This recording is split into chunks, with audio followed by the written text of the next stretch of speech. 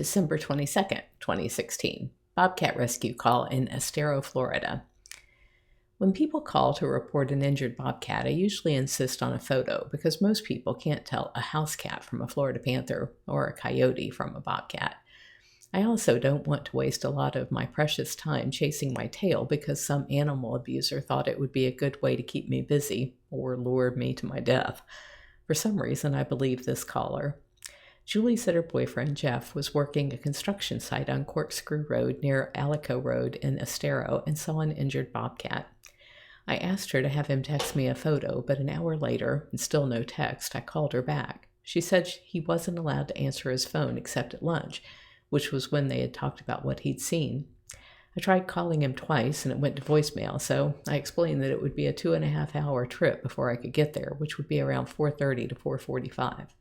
Half-heartedly, I loaded up the Dodge van since the Tundra was being used to haul a trailer around the property on a mission that Chuck, Gail, and Josh had started of cleaning underbrush from the swamp. It's our busy time of year, so I didn't want to take anyone from the sanctuary, and Jamie was busy with Frosty Serval, who had to see the vet. I decided to drive down to Estero to see if I could find the cat. I took the van because I figured that if I were able to net the cat, all I'd be able to do would be to carry the netted cat back to the van. Jamie and I had done something similar with Tommy Girl. It's a dangerous proposition, but locking yourself in a closed van with an injured bobcat does ensure that he isn't going to get away. It does not ensure that you're coming out unscathed or that the cat's going in the carrier, but all things considered, it's the choice we make if a bobcat's life is at stake. You might think that if the bobcat is in good enough shape to escape the net and carrier, they are going to be fine. But when we rescued Bellana, she ran across a field, through a creek, ran across another field, and wasn't netted until she was halfway across a pond. Her pelvis had been completely shattered during a car strike, and she was running and swimming faster than I and a much younger, stronger, faster male helper could go. She would have died from her injuries if not captured. She was pretty much running with her front legs and dragging the rest of herself. So, for 2.5 hours, I'm playing out every possible scenario for how this could go down. I'm also fighting the miserable steering on this 1998 Ram van. It's just awful to drive, but there isn't enough room for bobcat wrestling in the back of the topper for the 2011 Tundra pickup. When I get to the location, the work crew is gone, so I call Julie again, who has Jeff call me. He says he can direct me straight to where the bobcat was seen, and stays on the phone with me as I follow his route and report to him that I found the second culvert, I found the white floaty thing, I've walked up the drying creek bed about 75 to 80 feet, I see the footprints of him and his co-workers where they all stopped to stare at the cat, I see the tree where the bobcat was supposedly hiding. There is no bobcat here. Julie convinces Jeff to drive back to the scene to show me where I've lost the trail. Meanwhile, I have an hour or two to look around and I find bobcat prints. I'm pretty elated as I find the drag marks in the slightly damp sand and follow them into an impossible tangle of underbrush. Getting down and crawling, I make it out into a clearing on the other side, and the prints and the drag marks continue. But now, there is a second set of tracks that are as big across as my foot, and they are feline. Florida Panther! At once I am both elated and nervous. Jeff kept saying the cat he saw was bigger than a bobcat. Could this be an injured Florida Panther? I still want to help, but the stakes just got higher. I can wrestle a 30-pound wildcat into a net and carry it the half a mile to my van, but I can't do that to a 60 to 90-pound Florida Panther. My net would only cover half of that size cat. I'm also wondering if it's a Florida Panther, how long and how badly injured is he?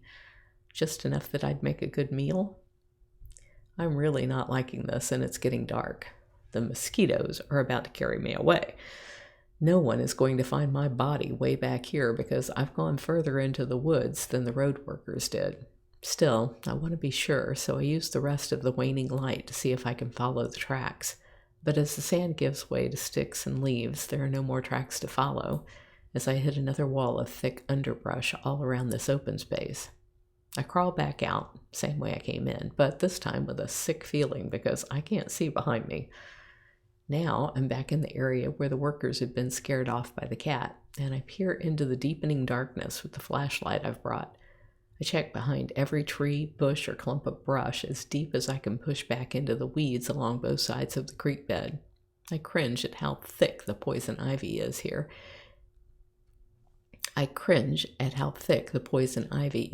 and know I'll be picking burrs out of my hair the whole ride home.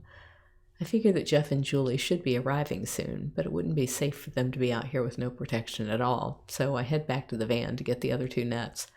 Just as I'm coming up out of the ravine, they are pulling off onto the shoulder of the road. We shake hands, spray for bugs, and I arm them with nets and we head back in. I pull up a photo of the bobcat on my phone and ask Jeff if this is what he saw, and he thinks it is. He said the cat was burnt orange, so it could be either, but he thinks it weighed more like 30 pounds than 60 pounds. Good, I think to myself. If we find the cat, we can probably save his life without anyone getting killed. Jeff takes me right back to where I've spent the last couple of hours looking, and the cat is still gone. At least I know that we were looking in the right spot. Most of the time, the directions I get are so fuzzy that I'm not sure if I'm even within a mile of being in the right spot. Jeff and Julie give me a hug as we get back to our cars, and I let them know that they are a rare species. Most people don't care enough to help, even if they cared enough to call. 2.5-hour drive back to Tampa, and I have a lot of time to wonder, was the cat injured at all or just hunkered down? Was a bobcat injured and then carried off by a Florida Panther? Was the cat injured enough to not run away while the men were there, but maybe still in good enough shape to hunt? Would there be any point in returning to this spot in the morning? I don't know. It's often the case that there are more questions than answers.